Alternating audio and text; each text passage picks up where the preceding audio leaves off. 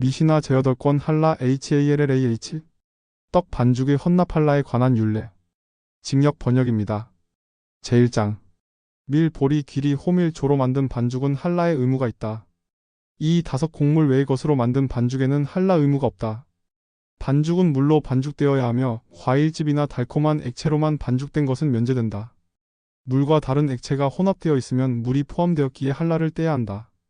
오븐에 굽거나 팬에 지지거나 삶는 방식으로 조리된 반죽도 할라의 대상이다. 반죽을 만들었지만 나누어 두 사람에게 주었다면 각각이 기준량 미만일 경우 면제된다. 그러나 처음에 하나의 반죽으로 만들었다면 나누기 전이라도 할라를 떼야 한다. 반죽의 최소량은 약 1오메르 약 2.1리터이다.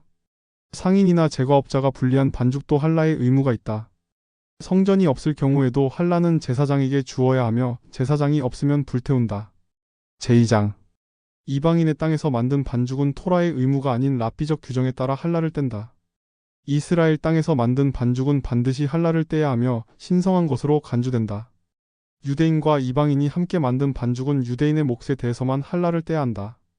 반죽을 만들기 전에 곡식을 혼합했을 경우 총량을 기준으로 판단한다. 반죽을 집에 들이기 전이라면 의무가 발생하지 않는다. 반죽이 정결치 않은 상태라면 할라는 분리하되 먹지 못하고 폐기해야 한다. 제사장이 부정하면 할라를 받지 못하며 정결한 제사장에게만 줄 수 있다. 정결하지 않은 자가 실수로 할라를 먹으면 속죄가 요구된다. 성전이 파괴된 이후 할라는 더 이상 성전에서 바쳐지지 않고 거룩하게 보관되거나 폐기된다. 오늘날에도 할라의 분리는 경건한 행위로 여겨지며 제사장의 계보가 불확실할 경우 보통 불태운다. 제3장 떡 반죽의 종류에 따라 할라의 의무 여부가 달라진다. 구운 떡, 찐빵, 튀김 반죽 등은 모두 할라의 대상이다. 액체 반죽을 프라이팬에 부은 경우 굽기 전에는 의무가 없다. 굽고 형태가 잡히면 그때부터 할라 의무가 발생한다.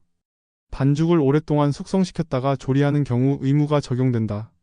과일즙이나 꿀로 반죽한 빵은 물이 조금이라도 섞이면 할라를 떼야 한다. 단지 국수나 죽처럼 물에 넣어 끓이는 경우는 면제된다.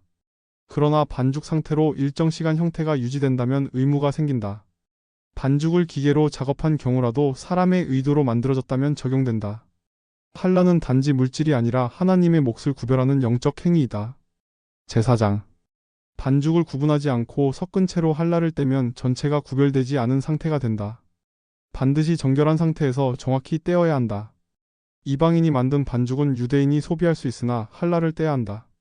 반죽을 기부받은 경우 이미 할라가 떼졌는지 확인해야 한다. 실수로 할라를 떼지 않은 채 구운 경우 먹기 전에 떼어야 한다.